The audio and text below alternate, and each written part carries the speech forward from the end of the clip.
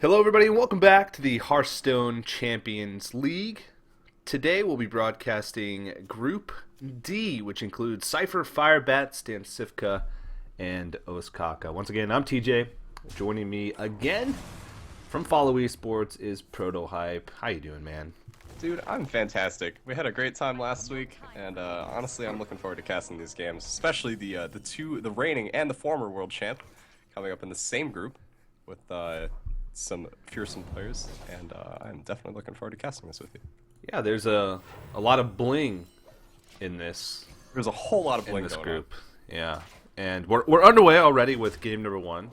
Cipher versus Firebat, and it is actually Rogue versus Druid, and a little bit of an interesting Rogue deck coming out from Firebat. He's got Assassin's Blade and Dread Corsair. Assassin's Blade and Dread Corsair, indeed. And I suspect that this is perhaps a take on a more mid-rangey, maybe pirate deck, because I think we know Hyped was a proprietor of that strategy back in the day. It's definitely not something we see every day, but a lot of sustained damage, definitely worth checking out in this current meta. And it looks like he's going to have a Dread Corsair and a Shredder to play on this turn. Yeah, and a lot of tempo is a big thing. Pirates have a lot of tempo cards. You have a lot of cards in there that give you more value than the stats they're worth. Dread Corsair usually does if you have a weapon, and Assassin's Blade gives you that little bit of extra reach and also makes sure Dread Corsair is cheap for a long time. But his hand right now isn't that great. He's got double sap, which could be good against Druid, but it's very situational. No doubt, and I think he would feel a bit more comfortable if he had maybe another Valley minion in hand, but as it stands, he wasn't really comfortable sending any of the damage that he had with that Assassin's Blade at any of these creatures, because he is a little bit, it's hard to see, but he is perhaps a little bit behind on card advantage.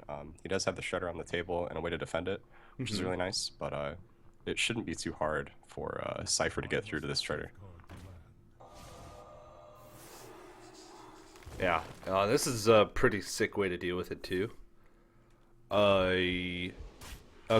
At first, it looked like he had targeted the Dread Corsair with the swipe, and I was about to be a bit confused. Slightly, I'd say. Firebat does have a way to deal with the board, but there's a lot of small creatures. It doesn't really feel like this is a board that's too threatening at the moment. I guess when you're a rogue and you're down to 20 health against a druid. For sure, if you're having a turn pass back to you on a 5, 6, 7 mana, and you're not playing a solid creature like a Drake or, you know, Auctioneer or what have you, just as a random combo piece, it gets a bit weird against Druid because they capitalize on having initiative so well. Yeah. And now Dodge and Boom comes out, and Firebat has a sap, but it still leaves around some boom bots, and then you can just play it again the next turn. It only temporarily deals with, you know, arguably the weaker half of Dr. Boom. So yeah, as weird as that is to say, I have to agree. I can't say that I've seen many games that were ended by having a Dr. Boom sapped back to your opponent's hand unless you're killing him on, you know, the immediate turn after. So that's going to get a bit strange for Firebat. Yeah, and Cipher just says, you know what, I'm just going to go ahead and play this sucker again, and now he needs a huge draw off the top, and Blade Flare's not it. Those are the types of hands where you really hate to be a rogue player when you get pretty much all spells runner, and situational spells at that. Yeah, Backstab's great and all as a tempo tool, but sure, when it's one of your only damage-dealing spells that you have in your hand and you have to face it, Dr. Boom, it's rough. Cipher tossing out a little haha. Potential lethal. That would be amazing. Wow. Oh my goodness. And that's game already with the Chew of the Claw. Firebat stone-faced the casual what was that, 14, 12 boombot damage around there? Oh man, wow. Yeah, it was 12. Ugh, man, a brutal game from Firebat's perspective, but not a whole lot you can do in that situation with Dr. Boom staring you down. Pretty insane, actually. And yeah, Cipher takes game one. Firebat not feeling too great after that one, but when you sap a Dr. Boom, what can you expect? So moving into game number two, very quickly, it's going to be Warrior versus Warrior. You can see on the screen there, Firebat does have a Gorehowl. in this deck, which is a tech that I've seen more and more of recently. Yeah, Harrison has kind of fallen off as a source of weapon destruction. As a 5-mana card that doesn't give you a whole lot of toughness is generally seen as a subpar investment, I would say, in how the game is played out with minions needing to be better or equivalent to Shredder in certain situations or what have you with their stats on the board. And Harrison doesn't really have the best stat distribution, and it's also really easy to punish a strategy that's trying to target your weapons when you obviously don't have any, or you're running less than normal, or it kind of throws off the math of how good Harrison should be at any given time. So Harrison definitely fallen off as a card recently, so I really like Gorehal here. Yeah. Gorehal, not the best, though, when you got a handful of weapons, No I suppose. doubt, no doubt. But you know what? There might be time to use all of that, because Warrior is a matchup. Warrior versus Warrior is a matchup where the more removal you have, a lot of times the better spot you're in. At least the greedier you can be with your removal. And with Gorehal, you can trade lots of times, like 3-4 for 1 with just that weapon alone if your opponent's not using weapon removal. So it can be pretty good in the mirror. Yeah, it gets out of hand really quickly, and Cipher has a lot of gas in hand, honestly. Firebat does have the Alkalite. He opted not to play it, as that's not really what you want to be doing in the Control Warrior mirror in most cases, and he definitely wants to be getting this Belcher down on 5. Cipher going to go ahead and shield block on 3. It's an interesting decision, considering he has a pretty good minion composition in his hand, but he doesn't really have any weapons, per se, to deal with any of the smaller threats that Firebat would be playing on this turn, or the next turn. Yeah. So he's going to go ahead and cycle that in there. I know there's like an interesting debate going on about, or not debate, but a long-standing question on whether it's more efficient to hero power and control mirrors on the first 3 turns or what have you, and then shield block when you need it if you have the shield slam in hand. But Cipher definitely just going to go ahead and cycle for that card. Yeah, there's like small math that can add up later on in the game. A lot of times this matchup does come down to fatigue, unless one player gets a strictly better hand than the other in the mid game. But Exactly. you know what? Sometimes it does come down to single points of health, and weaving in a hero power as opposed to a shield block can be the difference. That's sometimes, but it's really hard to tell if that's what made the difference at the end of the day. Exactly.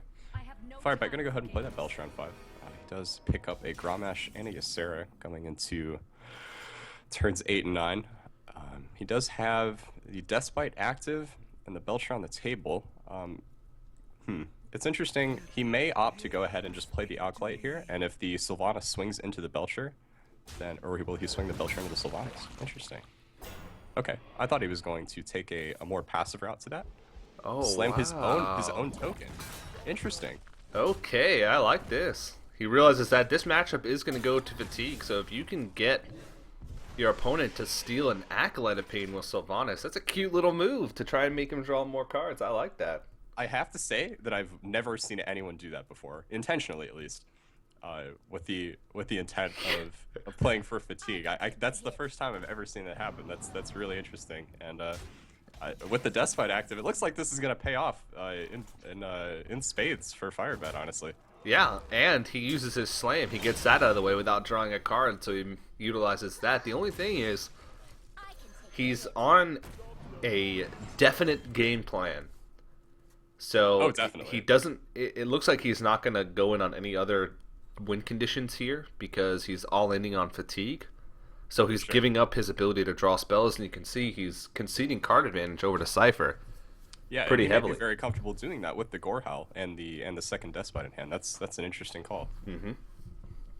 And we do see a Fierce Monkey in Cipher's hand, one that was just drawn on this turn. And I'm not sure what the cut would be in a traditional Control Warrior list for that. Maybe a Bash or something like that. If there was a free slot, and Cipher just going to double up on a second Shield Maiden and throw back to Firebat. Mm-hmm. Now he's going to have to draw a little bit. He realizes that he's already a card ahead, and he's potentially going to be 2 cards ahead.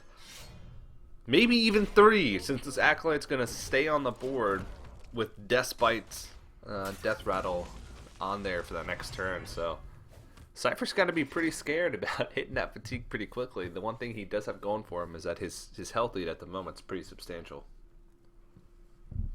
Yeah, and I suspect that Firebat would not have taken that line if he did not have both Death Spites, because I can't imagine that you would have space for more than one Whirlwind effect outside of Death Spite in this particular list. So, yeah, I think that's an amazing call from the former world champ. The Fierce Monkey. It's actually really strong. I love that card. Yeah, we've had some interesting conversations internally as a team about that, and I think I think we've had some serious and not so serious advocations for it being quite good, but we'll see. And it definitely it's a 3/4 with taunt at the end of the day. You can't argue with the stats, and you know, we'll see how it works out for Cipher. It fights against aggro so well because It really you're not sacrificing any stats for it to have taunt. So exactly. it's a good tempo tool, a strong body against non-aggro, and then against aggro you just have the benefit that it has taunt. So it's pretty fantastic. I like it. Definitely fierce. Cipher picking up a Dr. Boom on this turn. Looks like he will have a I would imagine that he doesn't want to get the draw card off of a slam at this state of the game, but apparently he disagrees with me. Yeah. So we go ahead and slam the Thorson. Yep. Well, if he plays Dr. Boom, he's playing heavily into Brawl, because that's 5 creatures that he's going to have on the board if he trades in the Fierce Monkey, which it seems like, you know, with that line of play with the slam, that's what he's opting for. But can he put Firebat on not having a Brawl, which is could be a possibility. Firebat has only drawn 1 card, so he does hedge his bets against it and plays Emperor Thorsan instead. I think I like this. Yeah, I like the Thorson a bit more than Boom on this particular turn.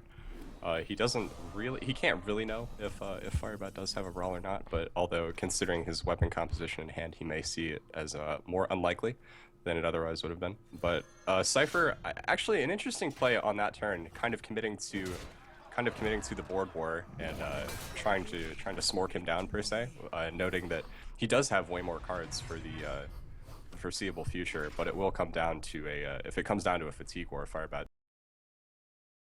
And Grom in his opening hand. For sure, and he may have hard committed to putting Cipher on Fatigue Warrior or a hard Control Warrior, but it would seem that Cipher definitely has a unique build of Warrior that Firebat was not anticipating. Yeah, now 2 turns of Emperor Thorsan, most likely 3 turns, because I don't even see a way that he could kill his Thorsan off if he wanted to. Well, if he really wanted to, he could slam it, but yeah. Huh, interesting. And is there? No, there's not. Can't be a lethal here.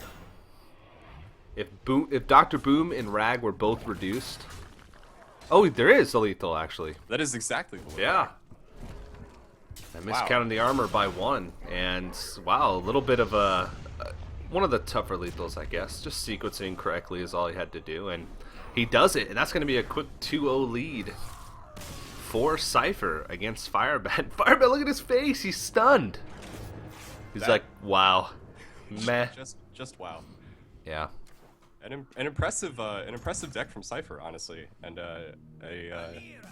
honestly an impressive realization that Firebat was using a lot of resources to put him on that Control Warrior, and he definitely punished him for it. Yeah, I felt like both these decks were built for different things. I'd say that's a good read for Cipher. That deck seems like it combats warriors that are going for that fatigue plan, that super, late game plan with lots of removal and not very threat heavy, and you can do that. You can get greedy with your threats and beat that matchup. And now Cipher just has Shaman remaining. Shaman!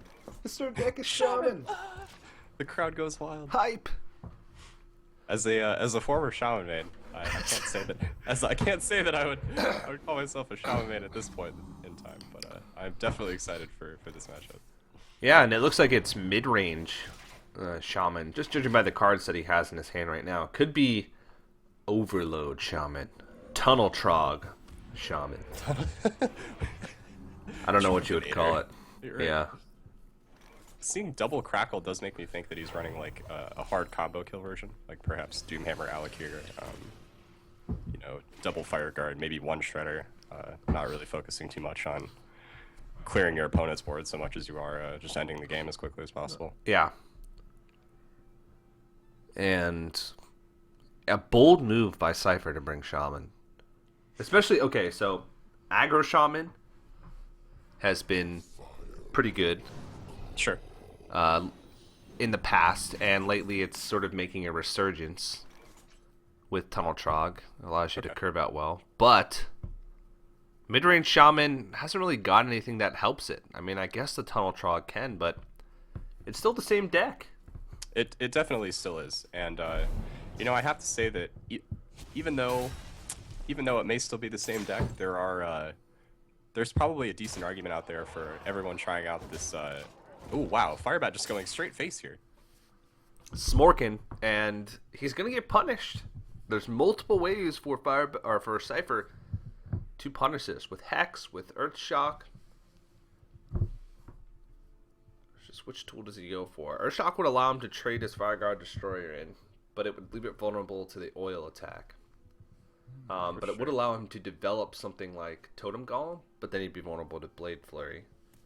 Earthshock, in combination with either Rockbite or Crackle, would allow him to push through with that damage. Okay, find some middle ground. Does appear to agree with you. He does have the double Crackle, so waiting on a combo for Rockbiter seems a bit silly, or a bit unnecessary, rather, not silly. But no, silly. No, just straight silly. Stick with your guns, man. Right.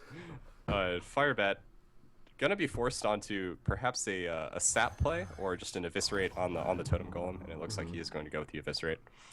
And you know, with Shaman as a third deck, because people are trying more intuitive stuff with different classes, LOE is still far from completely explored, and I have to say that I kind of like playing a lesser known or lesser expected, perhaps still strong strategy if people are playing not you know, the strongest lineup possible and people are trying other things out. But yeah, I have to say I really like Cypher's deck choices here. So far, it's worked out for him, at least the way he's built the decks, because Druid and Warrior are by no means, you know, unique For sure. archetypes at this stage. And Cypher's got a tough choice here. If he crackles, he doesn't play Dr. Boom next turn, but he still has Fire Elemental. I'd say if he didn't pick up a strong play for the next turn, if he was overloaded, this would be, you know, just an automatic, just trade or pass. But now this makes it a little bit tough because he does have an option next turn, even if he crackles. Right, and having used the Tinker already on Firebat's end, he could only be playing one. Cipher gonna go ahead and call him out on it and hex the 3/3.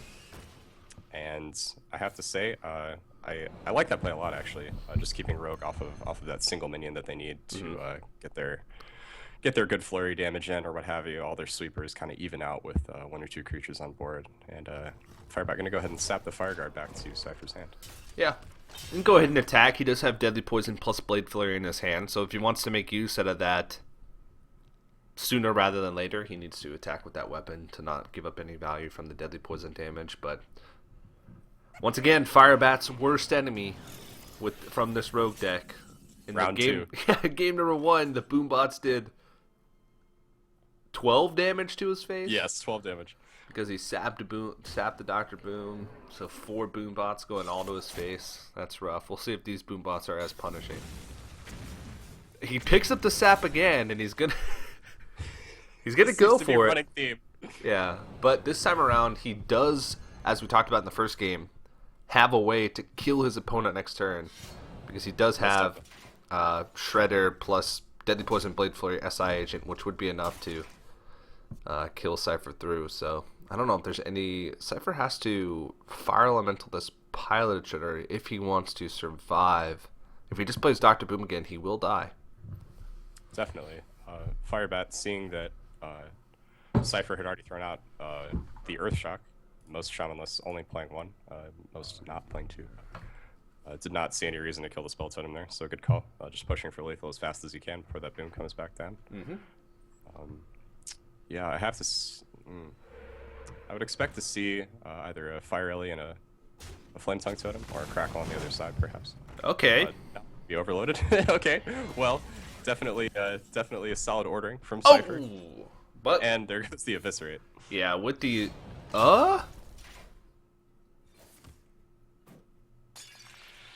Yeah, because that'll be 6 from the blade. okay, yeah. I thought he was mouse over the SI agent for a second. Oh, gotcha. Like Oh, no. his mouse like picked it up, you know, with the spectator client. You can watch people pick it up, but I think he was just playing really fast. So I got scared there for a second because if he had played SI agent, he wouldn't have enough mana to do it. But that's Firebat putting himself on the board, at least 2-1 still in favor of Cipher, which is the Shaman deck remaining. We'll see if Shaman is the weak link for Cipher. Very quick game so far. Pretty impressed. Yeah, well, Firebat's a very fast player. He's very instinctual when he plays Hearthstone. I mean, he's played the game for so long that, you know, a lot of the plays, he doesn't really need to think about them a lot. And yeah, there's some classes that take a little bit more thought. Like if Firebat plays Freeze Mage, he spends a little bit more time, but he's played so much Rogue that the plays come pretty naturally to him. Right. And Cypher's sort of in that boat as well. After so much time. Yeah. He's probably seen just about every single board state you could know. Probably not much Totem Golem and Tuskar Totemic, though. Most likely not. I would say that's undiscovered or uncharted territory. Mm-hmm. Cipher does have a pretty solid opening against Druid, I would say, but Firebat does have the acceleration that he needs to get that shredder out early. Not the best play against Shaman early on in the game, but definitely a start to dealing with an early Totem Golem. Coining out a Totem Golem, though, the age-old Shaman problem of only having 1 mana on turn 2. It haunts us every day, and we've definitely improved our standings over the years with 3/4s to play on turn 1 instead of 1/2s. I like how you still lump yourself in with as us. It's a nostalgic lump. We'll definitely come back if the times call for it. Once upon a time, I was a Shaman main. Back in my day. Yeah. Back in my day, Fire Elemental was considered overpowered.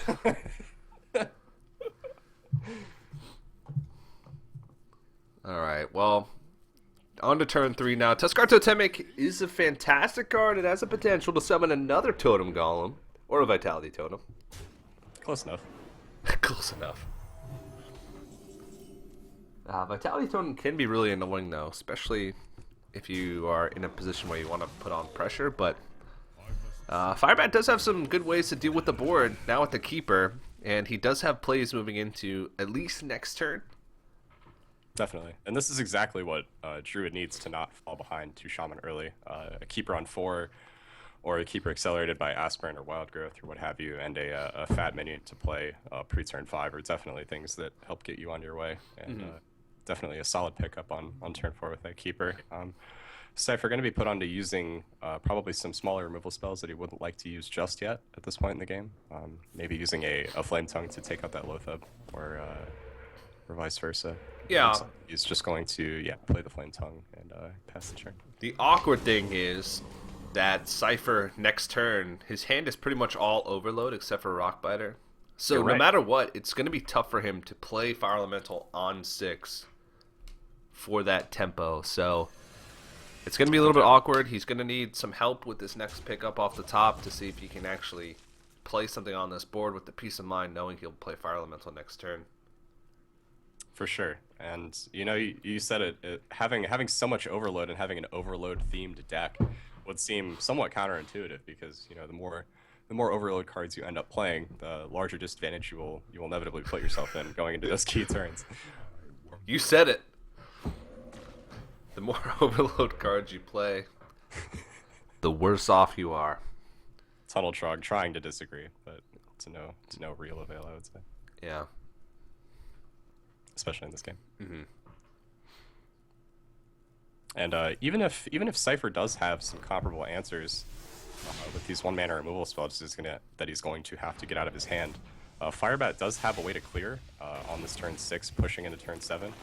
And you know, because he's used the Earthshock and had to use all of those singleton removal spells, he's not going to have an efficient answer to this Ancient of War that might come down on turn 7.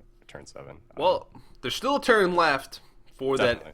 for that Ancient, so Cypher's going to have one turn of leeway in between. For sure. So we'll see if he can, put out the power. He can Fire Guard Destroyer this turn and then still have Fire Elemental next turn. So this works out pretty nicely. 6 attack is actually the sweet that'll spot. Do. That'll do.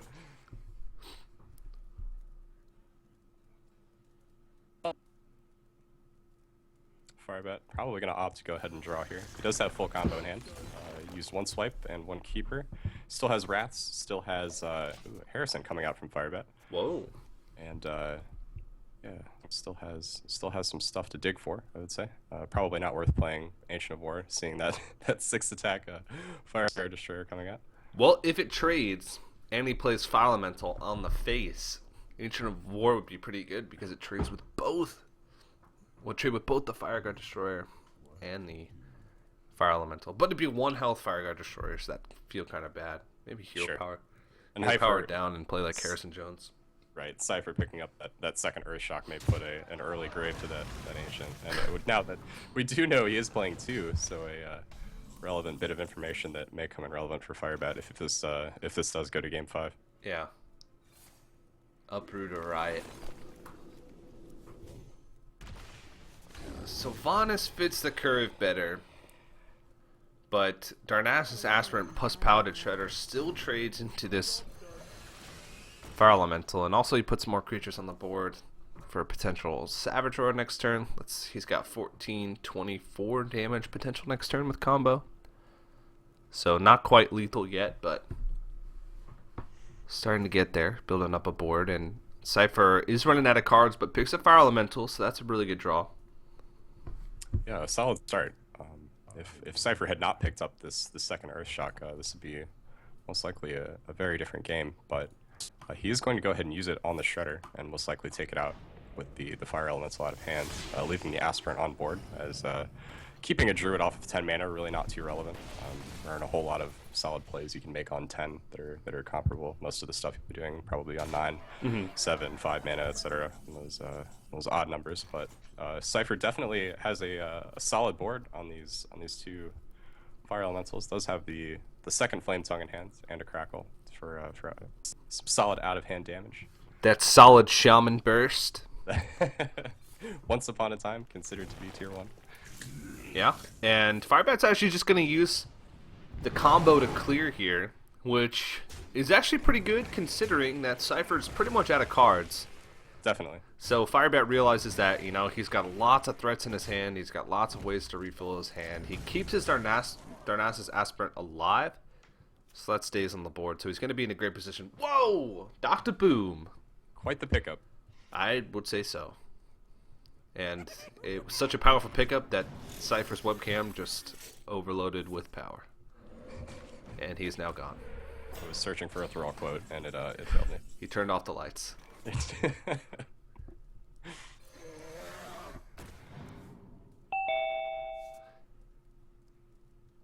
Drake coming out for Firebat. I believe he only has 2 cards left to hit off of that spell damage. He's going to go ahead and taunt to try and stop the Dr. Boom onslaught, but with the Boom Bots and the Flame Tongue, definitely some solid out of hand damage for Cipher. There is a potential lethal here if these Boom Bots feel like being super powerful, but it's if only both Boom Bots were to the right of Dr. Boom. That would be insane. Yeah. It'd be a buff to Shamans. That'd pretty much be it. So he's going to Crackle. Oh, he gets a 6, so that is lethal. Oh my goodness. Wow. Bold call by Cipher, and that's him taking the series, and Firebat his face again. Oh, man, poor guy.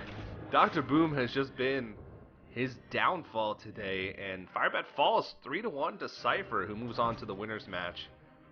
Keep in mind, this is a double elimination group stage, or GSL style groups, if that's how you're familiar with it. So basically, there's 5 total matches. There's 2 matches, and then the winners play each other, the losers play each other, and then there's the decider match to see who the second player to move on and the second player to eliminate. So it means Cypher's going to move on to face the winner of our next match, and Firebat's going to move on to face the loser of our next match. But before we get into our next match between Stan Cifka and Oskaka, we are going to have to go to a quick break. But don't go anywhere, guys. Hearthstone Champion League returns right after this.